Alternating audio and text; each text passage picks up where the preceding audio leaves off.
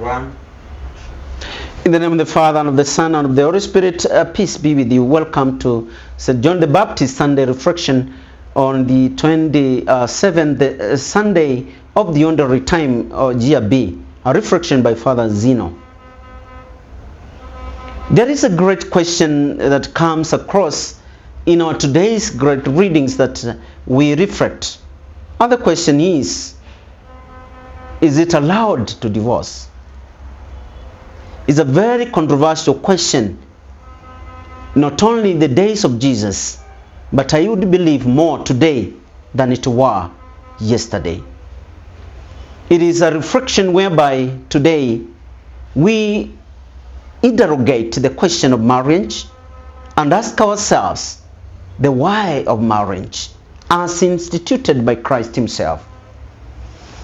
And God himself instituted this sacrament, or rather this way of life, the way of marriage.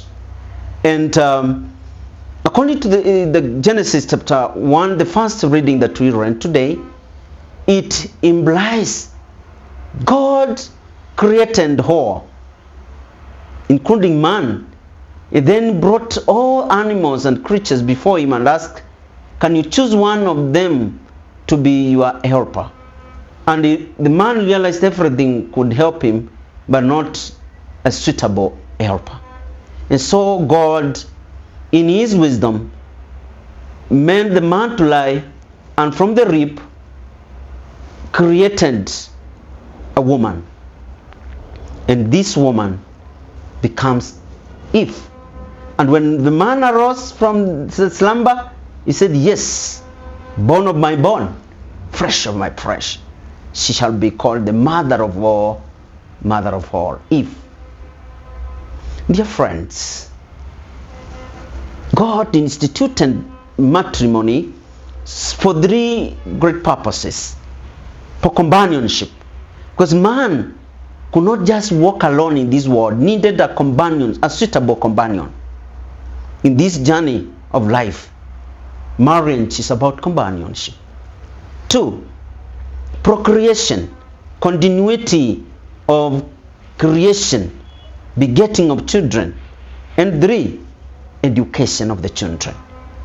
And when we talk about marriage, we talk about marriage with those 3 responsibilities and duties and rights.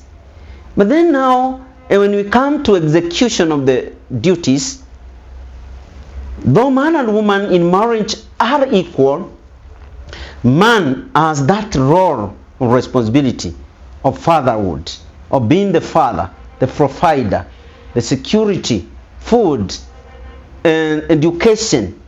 All these he provides to the family. Then there is the woman who helps in the provision. And then there is the children who really play that role of being educated, rather formed. And this to be undertaken, then there has to be men love your wives. Wives, be humble, humility, subdue to your men. Children, obey your parents. This is the golden rule that bonds a marriage, a family, a home. But then there is now how to go along, how to navigate this journey, because it's a journey that we have been told, it's a journey for forever. Those two that God has united, no man should separate. How are we going to walk in this journey? And the first thing, friends, is dialogue. And the dialogue here is between dialogue of man to himself, man to the wife, woman to himself, to herself, woman to the man. Man and woman dialoguing, and also involving their children, and then also dialoguing with God, the giver of the vocation. So that there must be dialogue. And when you talk of dialogue, communication, today in our modern time, we have all forms of communication.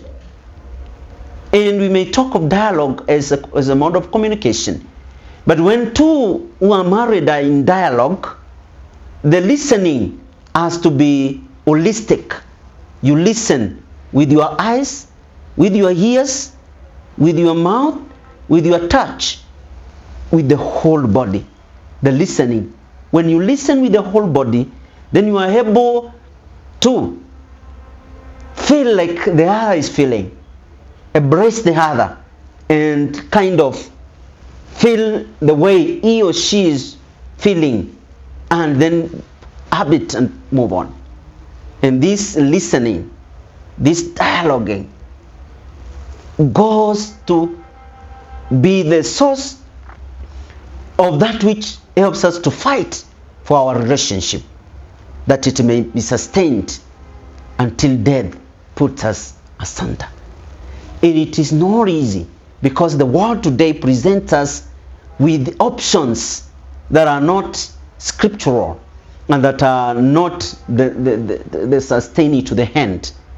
The ones that Jesus Christ asked, and there was the issue of divorce, and he said it was because of hardness of the sons of Israel that Moses introduced divorce in the law. And so separation is not allowed, and that is what we've been undergoing and teaching. However, we experience the same in our modern time many times, and one will ask and say, it is legal, it is allowed in the Constitution, it's allowed in this and that. But Jesus Christ was clear in himself that it's until death puts us asunder or separates us. And why Jesus Christ puts this condition, it is because of the nature of the vocation. This is the mother of all vocations. It is from there where we get society, communities, church, everything comes from the family, from the marriage. And it is an institution instituted by God himself. It's not human, it's a divine project. And so, being a divine project, it has always to undergo the state, the process that every marriage undergoes. The romantic moment, the disillusionment, a moment of, decision to love and fight for your relationship. It's like setup, upset, and a reset. And this has to be a continuous process every moment of our life, because there is those good moments that every marriage experiences, like the romantic moment, but there are moments of disillusionment, pain, suffering, hurting one another, and that must be overcome, because that is that which leads to divorce. But when we reach at a point and the two decides to dialogue, to talk together, to ask for forgiveness, to embrace one another, then there can be an upward again spiral, where now it's not a down spiral, it's an upward one, which now leads to continuity to the end, journeying until the end. The journey is wrong, the journey is tough, but it is walkable, it's doable. It can only be done that by dialogue, and this dialogue, we have to involve God in it. And that is now the concept of prayer, the concept of inviting Jesus in your marriage. Like what happened in Cana of Galilee, when the couple invited Jesus in their marriage, even when the wine was offered, they were able to get new wine. And so when you lack wine in your marriage, and wine here would mean happiness, good life, joy. When you lack those good qualities in your marriage, invite Jesus in your marriage. Invite Jesus in your marriage. And when Jesus comes into your marriage, is going to provide the new wine. And the new wine is the new beginning, the new vigor, the new energies. It is not only in marriage, but also in the priesthood, in religious life when we invite Jesus Christ in our vocation